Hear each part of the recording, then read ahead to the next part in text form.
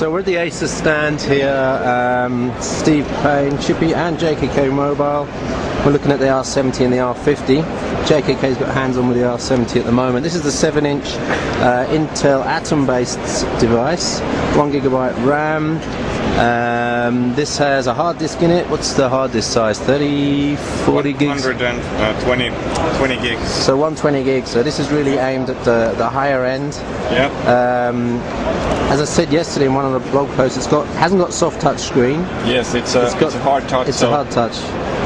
That doesn't do anything, but if I use my fingernail or the stylus, it's pretty nice. Again, leaning hand is. Show that again.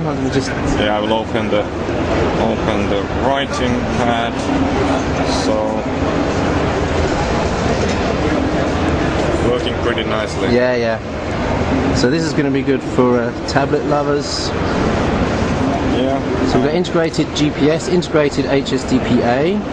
It's running Windows Vista on the 1.6 GHz version of the processor. Yeah, and it doesn't feel that fast yet, but of course this is not the finalized one. If we go around we have the usual suspects, speakers, microphone, mini USB for the keyboard, SD card slot, battery on the bottom. The battery looks like a 30 watt hour. Yep. Two cell probably, yeah. 2 USBs. Dongle. That's like the port bar on the Asus R2E. Yeah. Power. And then on the top, power button, SIM card slot. Yeah. Hold button. Or I don't know actually if it's SIM card slot, but it's some kind of slot. The stylus was here. And the 3G aerial. 3G aerial is there. Side, yeah. Then there is also places for antennas. Dual antennas. Yeah, I think these are for GPS, external 3G maybe. Yeah. And on the back? Small stand and a cam. And on the back. There is the cam button, so we can actually use it as a cam, I guess. Yeah. Okay, on the front we have a mouse left and right button, login button, sleep button, a media center, and typical Asus, what's that, like an access control panel. Control panel which you can adjust the brightness and volume and such. Then a directional pad with enter key.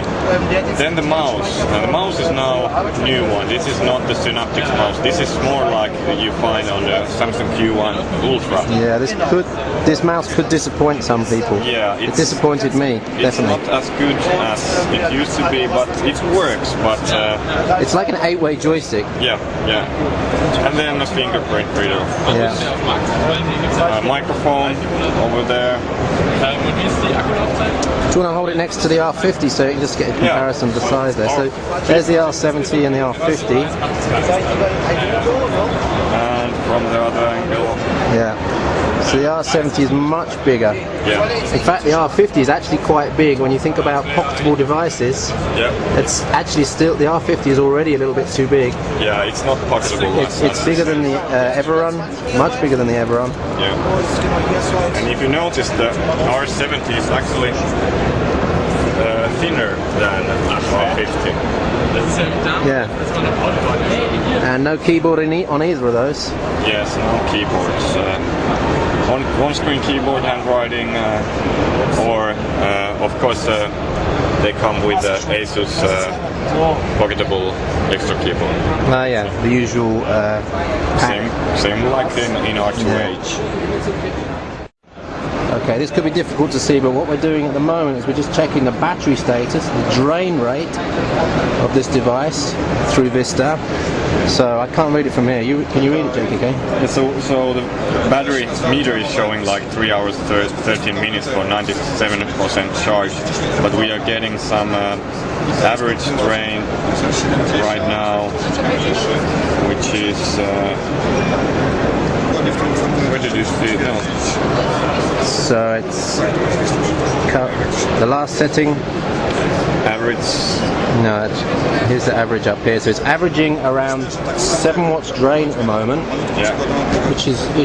Which is about 3 watts less than the equivalent second gen Intel stuff. So a Steely based one would run at about 10 watts. But we've got the 3G on this device. We've got the Wi-Fi on. We've got the screen on. So if that's an average reading, it's about 3 watts on average less than the previous generation. Yeah, which is not bad, and of course the battery meters did something, and we have been playing with it, and it's actually now when we stop playing, it's getting higher. Towards 4 hours, yeah? Towards 4 hours. So I think we're looking at 3.5 to 4 hours on this with an average drain rate around 7 to 8 watts. Now, on the R50 it's going to be much better because it's got a smaller screen, it's got SSD storage. There's no hard disk on the R50, right? It's it's SSD, so that's going to be down, I think, to something like 5 watts. But of course the battery would be much smaller on the R50. So again, it's still only going to be a 3-hour device. So this is not the all-day battery life device that we're looking for, but it's certainly a step in the right direction. Yeah, compared to 2 hours from R2H. Oh yeah, this is a huge advance. I mean, this is twice as good as the R2H. Yeah.